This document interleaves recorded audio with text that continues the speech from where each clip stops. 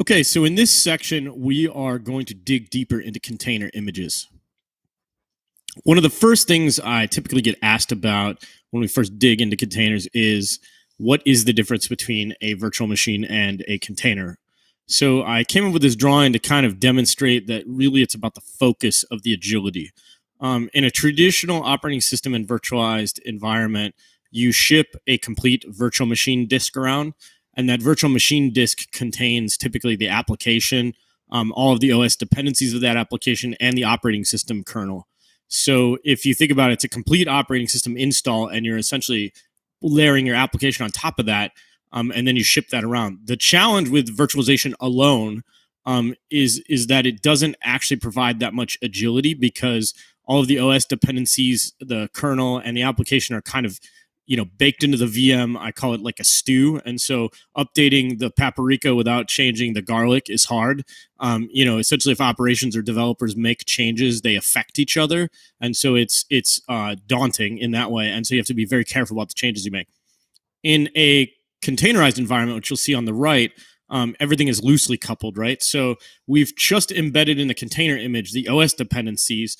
That's libraries, interpreters, things like that the application needs. But the operating system kernel actually remains with the environment, right? You create a large, a cluster of container hosts, and that's where you will orchestrate the containers, and then you assign the container image to be scheduled to be deployed out on a node in that cluster. And there's already a host running with a kernel and everything else, and then essentially you're just firing up your containerized process along with its OS dependencies packaged nicely in this container image. And so fundamentally, it's about moving that container image to the running container host versus moving the entire host and application around together in a regular virtualized environment. And on the right, you'll notice that containerization doesn't preclude the usage of virtualization. You can still use a virtualization host for hardware abstraction and live migration, all these other things that are nice in a virtualized environment. Even different host OSs running side by side, so like Windows and Linux running side by side. So abstraction, live migration, all of those things are still very convenient in a virtualized world.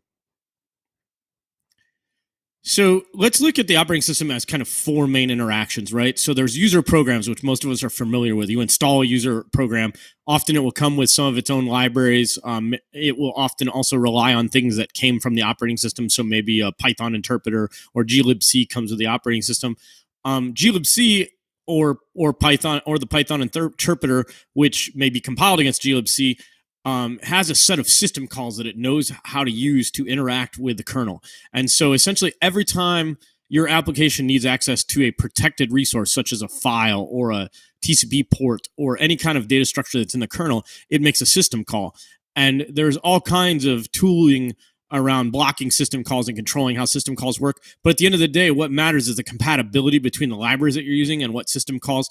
And also there's a few other, this is kind of the abstraction layer. And I say it's a bit leakier than virtualization because there are other things like /proc file system or /dev file system. If you have applications that aren't merely web servers, and maybe they're something that use a video card in a special way to do AI or something like that, there can be some deeper dependencies other than just system calls into the kernel. But I'm going to mostly dig into system calls just so you guys understand that.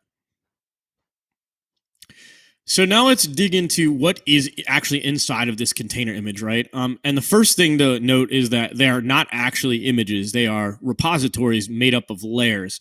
And each layer essentially represents a change set that you've made to a file system. So if you look at them, they're essentially tarballs that have the operating system, the file system differences between the layers. And so each layer is essentially a diff from the last layer. We have something called tags that we can indicate to the end user that's consuming this repository. We can indicate to them information about how they should consume these container repositories. Typically they represent the version of software, but there's nothing that strictly makes a container image creator map those tags to software version. If you go to the Red Hat container catalog, you'll find that actually tags do represent versions of software. And then I should point out that there's a special tag called latest, which typically points to the latest version of the software. But again, this is by paradigm, not enforced by anything in the technology itself. So the next thing you want to think about is there is essentially, I call it a fancy file server, a registry server. This is where the container repositories live, and this is where container hosts pull these images down to be ran. And then on any given host in a cluster, in this particular case, I show rel 7 on the right, there's a local cache of repositories which have been pulled down and are kind of saved locally on the container host.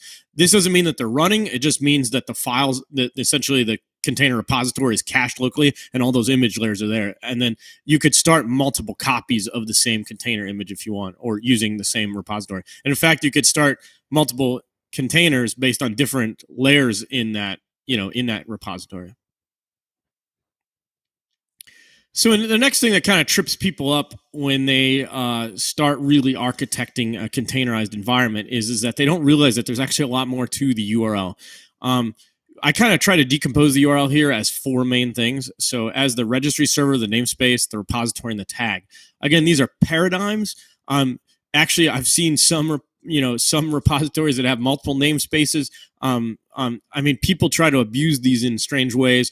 The namespace doesn't always represent the software version. The repository doesn't always represent the software or the what software it is. The tag typically represents the version, but long story short is people can use these however they want. They're mappable to whatever whatever they want to map them to. But if you live in the Red Hat world and you pull things from the container catalog, you'll notice that we actually have major versions of software live in different namespaces, and then we'll have different repositories within those namespaces that typically represent the main tool or the main, for example, in this case, the operating system itself, RHEL. But you'll see there's a RHEL-tools container, for example, or repository within the RHEL 7 namespace. And so you'll see that we have multiple repositories that represent different sets of tooling.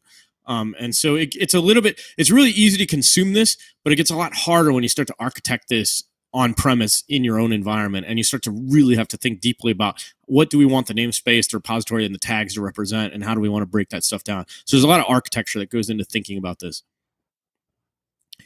The next thing that I want to dig into is kind of the history of an operating system, right? So what's in that container image is essentially a file system. And if you think about what container or configuration management is, and what tarballs are, and what wars are, and what kickstart is, these are all kind of technologies circling around modifying the user space of an operating system. And when I say the user space of an operating system, I mean the file system. So like when you install a Linux distribution, you SSH in, you type ls, you see the file system that's been populated from a root build, and that's kind of the starting point, right?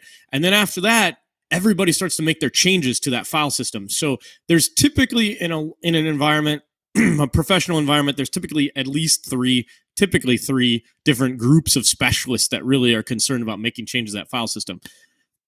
So if you look at historically, there were core build teams, right? And these are kind of operations-focused people that are familiar with making security changes, hardening an operating system, putting standard libraries and tools in place that make everybody's lives easier, things like that. These people still have a vested interest inside of a container image to change things. The next group is the middleware people, and I use the word middleware here loosely. I mean it to mean anything, really. If you think about databases, which could have specialists, application servers, Java application servers could have specialists, even Python, Ruby, Node.js, all of these different pieces of sort of services or middleware have specialists that want to make changes to the file system to either tune things or configure things or add by default libraries, things like that. There's a lot of changes that these groups of people are interested in being able to affect change in that user space. And then finally, the application writers, like at the end of the day, they have to be able to get their code onto the system. And this example, I show a Java world, right? Like where maybe the operating system team is operating in Kickstart and they do some post-install scripts that modify the operating system a little bit. Then they hand it off to a middleware team. The middleware team pulls down their tarballs with their JVMs and app servers, and then they fire those up. And then finally, the application team comes along and plugs wars in to app servers to run, their application. In a containerized world, this looks different because we have to standardize on automation.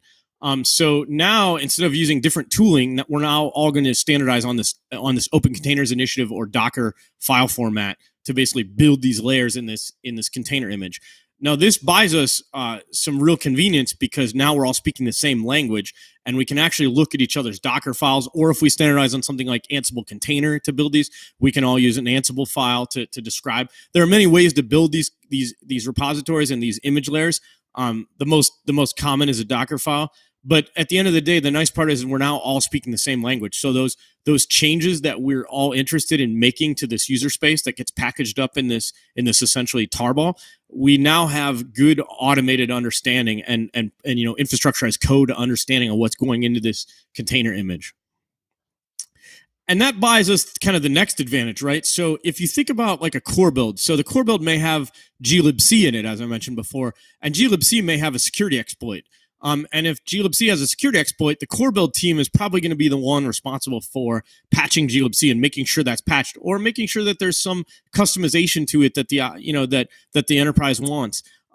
Then this change needs to be inherited by all the different services, right? So if there's a database, Ruby built on a web server, Apache or Nginx or all these different services, they're all going to rely on the same core build. And this is kind of following the dry model of do not repeat yourself, right? You don't want to have glibc, different versions of it tucked around in a whole bunch of different middleware, a bunch of different applications. You want to have one, and then you want to inherit it by all the different middleware pieces, and then you want to have all the root, for example, say you're working in Ruby, you want to have the same Ruby, app server set up that all the applications rely on. You don't want to have 20 different versions of Ruby. I mean, you will branch as necessary, but at the end of the day, you want all these changes to be able to cascade down in a tree-like structure.